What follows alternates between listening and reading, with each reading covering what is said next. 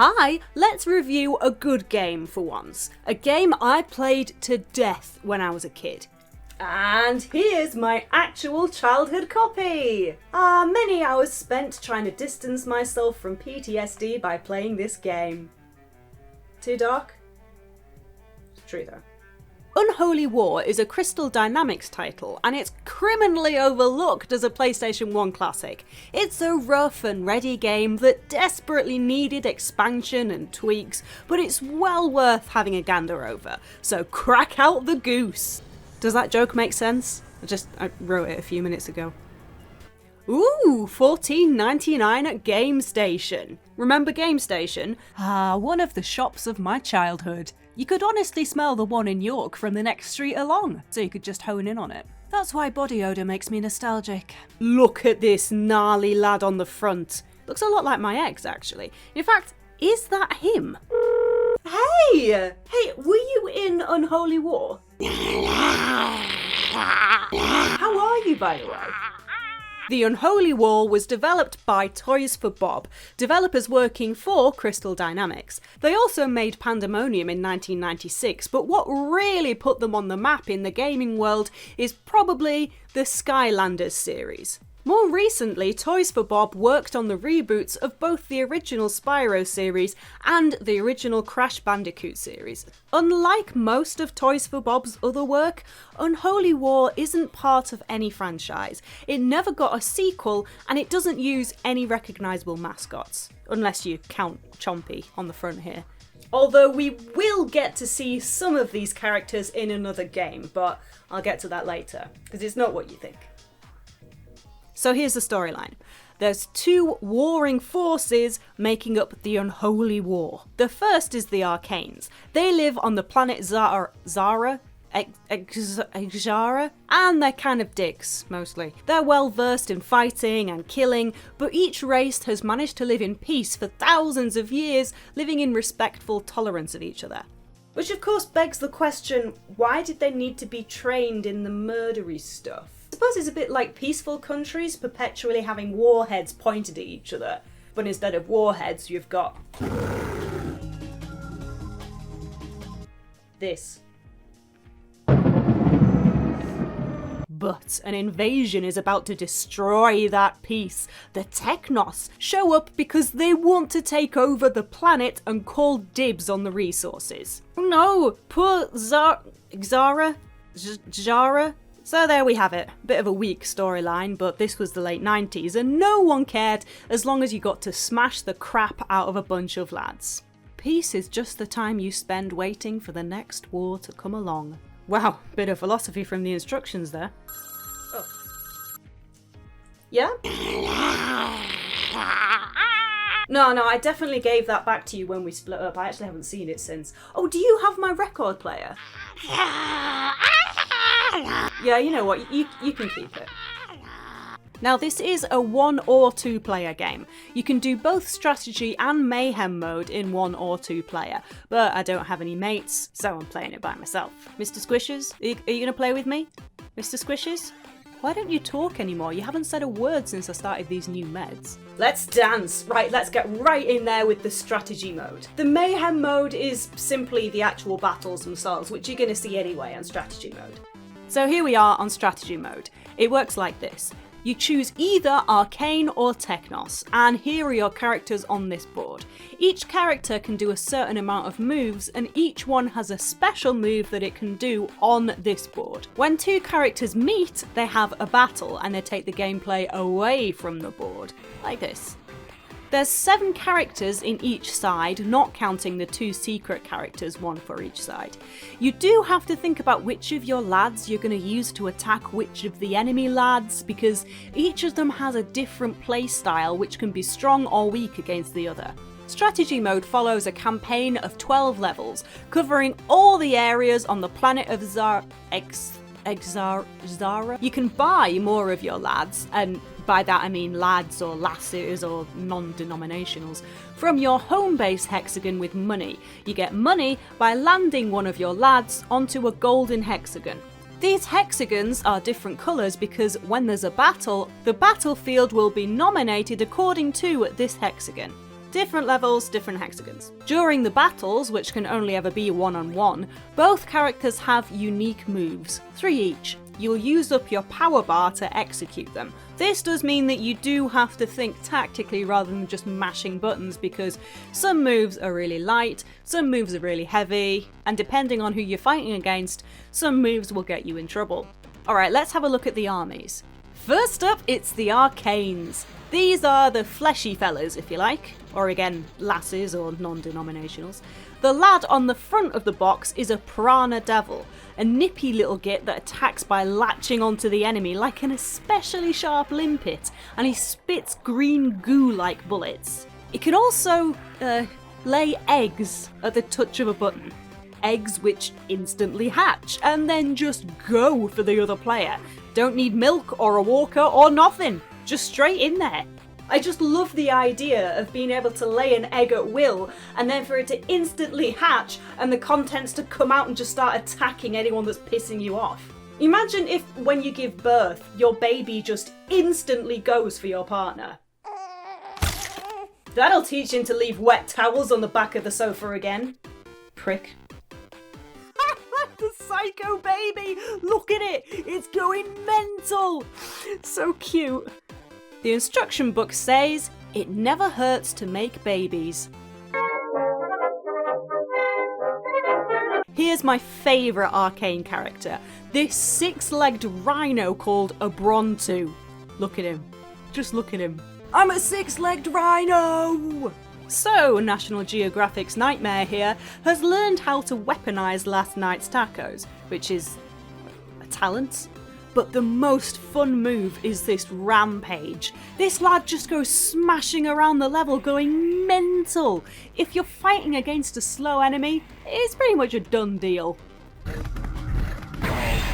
On the Technos side, let's have a look at Razorfane. He's probably one of the more recognisable characters. He's a kind of robot thing, apparently made by someone who took a bunch of speed in the same room as a Black & Decker workbench. Razorfanes shoot full-on angle grinder blades.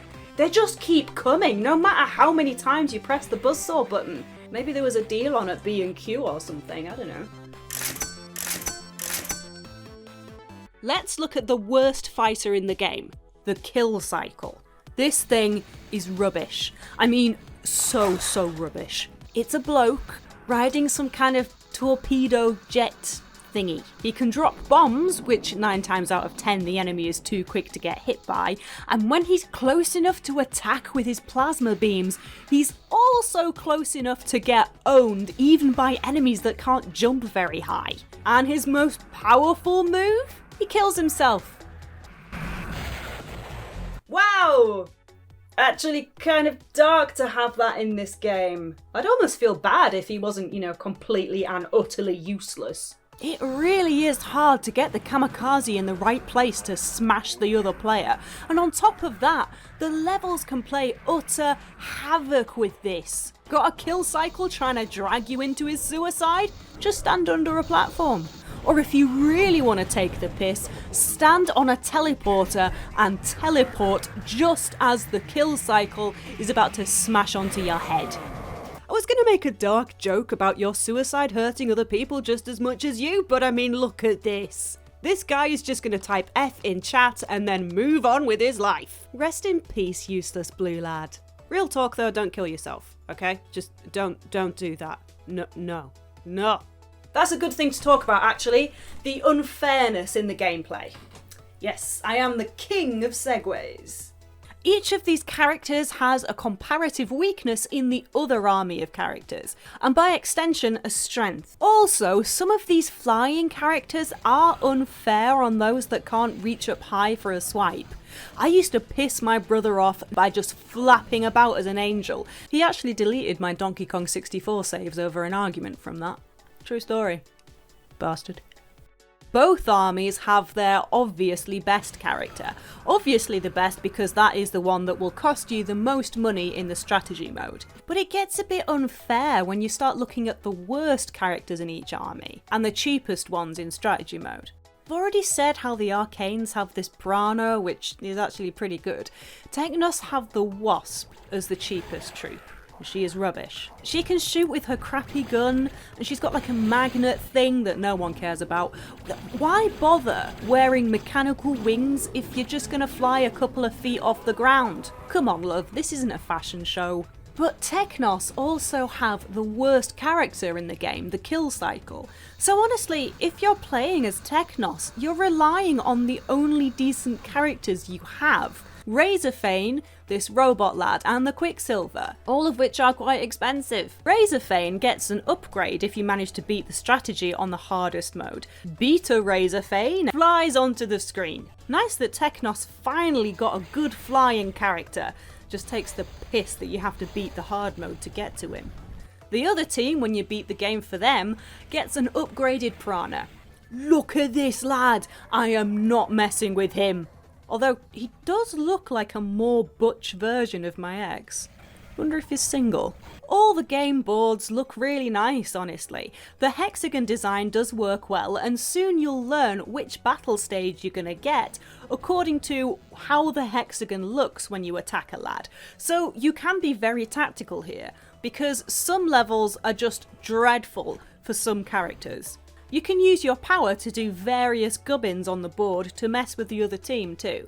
It's not a perfect game, but you know, it's one of my personal favourites, and honestly, it shouldn't be overlooked. It's one of the gems of the PlayStation era. I just wanted to talk about it. So the setup for this game is pretty sweet, right? Well, Toys for Bob figured that maybe they could sell off the concept to a franchise. The Toys for Bob team figured this would be a good template for, you know, a Gundam game, something like that. So they managed to get in touch with Bandai about the licensing.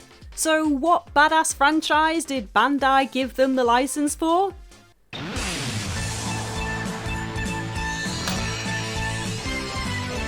Oh.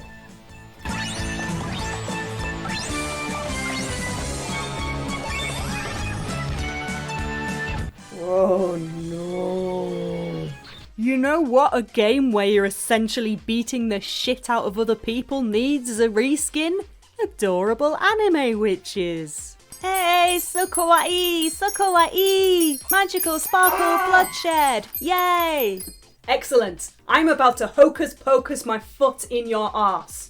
Imagine the Toys for Bob team thinking they were going to get a sweet robot fighting license. Instead, they get cutesy patootsy squeaky little girls with wands. That is what we all wanted. So this game doesn't actually have a set franchise. Instead, it features a bunch of anime girls, or majoko as their magical girl type is called in anime, from different anime series. Bizarrely, given this game was published in 1999, the franchises used range from 1980 way back to 1966. Now the characters used are the pioneers of the majoko subgenre, so it's fair to assume that the Japanese audience would recognise most, if not all, of these girls. And this was never released outside of Japan, so it doesn't really matter that I don't know who the hell these girls are. So it does make sense that Bandai said it was going to be a bigger franchise, and there was an entire launch around the game with toys that you could get out of those little coin machines. Alright, I'm going to give this game a fair chance, okay? Let's see what we've got. 父の敵パンサードラを倒すために今日もパンサークローと戦う私はキューティーハニーでもどうも最近のパンサー一味の何かが違うの以前にも増してヨーマが邪悪になった感じがするわひょっとして Okay, well, I have no idea what's going on, but I kind of feel like it's better for my mental state that it stays that way. It's kind of like watching American politics unfold. So exactly like in the Unholy War, you have a bunch of characters that move on a hexagon board and have their own set of moves, both for the board and the fight screens. Things start to look a bit weird right away. I mean, why are they standing there doing nothing? The characters are 2D drawings, presumably lifted right from their respective animes. When they move, they suddenly become 3D. But check out the bad guys. All of them are these creepy cut-out 2D shadow people, no matter what they look like when they move. And they become a range of different things. Hang on, I recognise that thing, and it's not an ex-boyfriend. Or is it? No, it's not. Yep, that's the snappy piranha plant from Pandemonium, another Toys for Bob game made a couple of years earlier. You've got to love the fact that Toys for Bob thought, what enemy can we reuse for this game? I know, a sentient spike! Winner. Reusing assets is fine, but it's the fact that it looks so totally out of place next to these cute anime-style kids. And yeah, the Unholy War characters, they get used in here too. Here's the Prana, about to rip the flesh off this cute girl. Someone pitched this to Netflix. This is what family movie night needs. They've made a cutesy anime-style icon for the Prana, but it's still a frankly terrifying character. I mean, look at it.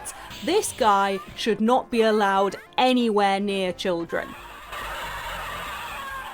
Let's kick the crap out of a tornado! By the way, another Pandemonium character. Is how can you physically punch it? You can't fight a tornado. Well, Unholy War never got a Japanese release, so to be fair, it isn't really an issue that people playing this game at the time were playing with reused assets. There is a possibility that players would recognise the characters from Pandemonium 1 and Pandemonium 2, with magical hoppers in 1996. Bandai took Pandemonium and switched out the main characters to these two cutesy ones. So even though Japan never got Pandemonium, or indeed Pandemonium 2, they got Magical Hoppers, which is pretty much the same game. I couldn't find any info regarding what Toys for Bob's involvement in this was, but it's fair to assume that Bandai took Pandemonium and made a couple of asset changes because absolutely nothing else about the game is changed other than the characters and the end level screens. So I'm guessing the Toys for Bob team had nothing at all to do with it,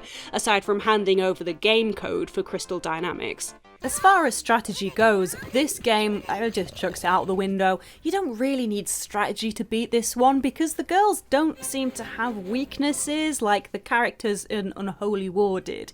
Toys for Bob tried to spice things up a little bit with side missions, which are usually just collecting something to a time limit. They don't play badly or anything, but the fact that they give your character an XP boost when you're already wiping the floor with the bad guys makes them kind of pointless. Some of the mini-games are a bit weird. I mean, obviously it doesn't help that my reading comprehension of Japanese is basic at best, but look at this one. You'd think you're supposed to keep away from the boulders, right? No, you need to throw yourself at them. Well, you can hit them with an attack, but I found it easier with this character who's just a bit shit, just to throw him into the path of these rocks, because it only takes a couple of points off. I just find this hilarious, alright? I'm chucking a cute anime lad at a bunch of rocks. Go, my child! Your audience demands blood! To be honest, this levelling up stuff is something that would have really improved the Unholy War game, but it's bizarrely weighted in this game. Sometimes you'll be pasted to bits by a lad a higher level than you, and other times you'll maybe hit him once or twice and he's down. And it doesn't seem to be connected to which girl you're playing. I do like the cats though.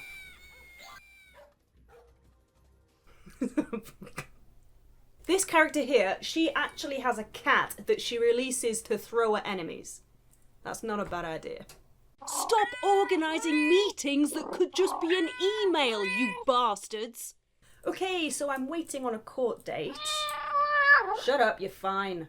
There's a couple of players on most of the boards which will have this bubble over their heads. These are the NPC players. Occasionally they'll show up out of nowhere and have a conversation with your characters, and then usually join you in the fight, but sometimes they will, attack your team and then join the fight. But they don't stop being NPC players when they become part of your team until the next board, when you can purchase them. And let me tell you, these NPCs are complete and utter morons. They'll often just throw themselves into the fights and you know full well that they aren't going to win, but in they go. And because you can't control them, there's nothing you can do apart from just watch them. Just watch them get utterly pasted. Oh, it's the Fire Witch! And she's made of ice now? Okay, alright. Oh god, look at her icon.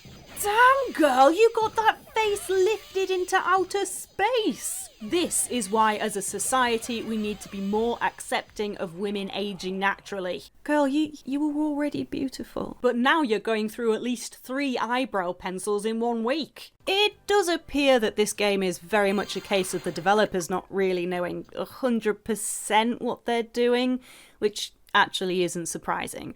Apparently, according to Toys for Bob founders, being interviewed by Matt Barton back in 2011, linked to the full video in the description, the contract was signed with Bandai before the team knew that they were about to make a game about girls with magical makeup kits. There was a massive problem with the language barrier too, with documents coming over in Japanese that the Toys for Bob team had no clue how to read. The founders say that when development started, the only person on the Bandai side who could speak English left, so obviously that caused more problems. Making a game entirely in a language you don't understand while following instructions in a language you don't understand is pretty hardcore. I mean, even if you don't think the game is particularly good, that's impressive. The game isn't bad, but after playing Unholy War, it's just weird. The level design is hilarious because you've got these girls just walking around who are apparently taller than the goddamn trees. Look at the size of that girl! Oh, wait a minute. Is it a sex thing? People are perverted. Yeah, it's a sex thing. The playfields are not remakes of Unholy War ones, and neither are the actual battle levels, although both do seem to use the same textures, which is fair enough. These battle levels are really quite good. Some of them are really clever, with parts of the scenery that will damage your attack, and if you're up against an enemy with a higher level, you can work really tactically and use the level to help you defeat him. Okay, check out this game's version of the Unholy War's Dark Angel. Okay, ready? Okay. They took the angel and they put a lizard head on him. They just put a lizard head on this angel and they said, fuck it. That is excellent. That is an excellent I cannot be arsed move. Absolute textbook. Pure can't be arsage. Distilled. Oh man. Look at an angel with a lizard's head. To be fair, if we really want to be, I think only the hands and feet of this guy are reused from Unholy War, but the head doesn't seem to be from either Pandemonium 1 or 2. There's none of the other characters that have any kind of sort of Frankensteining of different assets or anything. They all look either exactly the same as they did on Unholy War, or they have a different colour palette. Same with the Pandemonium ones. So maybe the head of this one was made specifically for the game? I don't know, it's still hilarious though. And lo, on the 3rd day the angel came down, and the shepherds did say, "What in the utter shitting is that?" Well, Toys for Bob don't seem to be in the market to do a remake of Unholy War, but damn, I would be so up for it. Imagine this with PS4 graphics. Oh man, gimme the good stuff. Anyway, I'd better be off because I've got a date.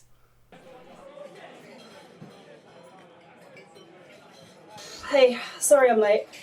You look really nice.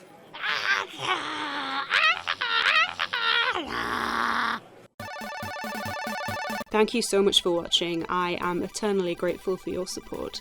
I'm trying to get a book published at the moment that I'm kind of writing as I'm trying to get it published. If you want to take a look and maybe support me, then check out the link in the description for my Unbound fundraiser. Okay, thanks, bye.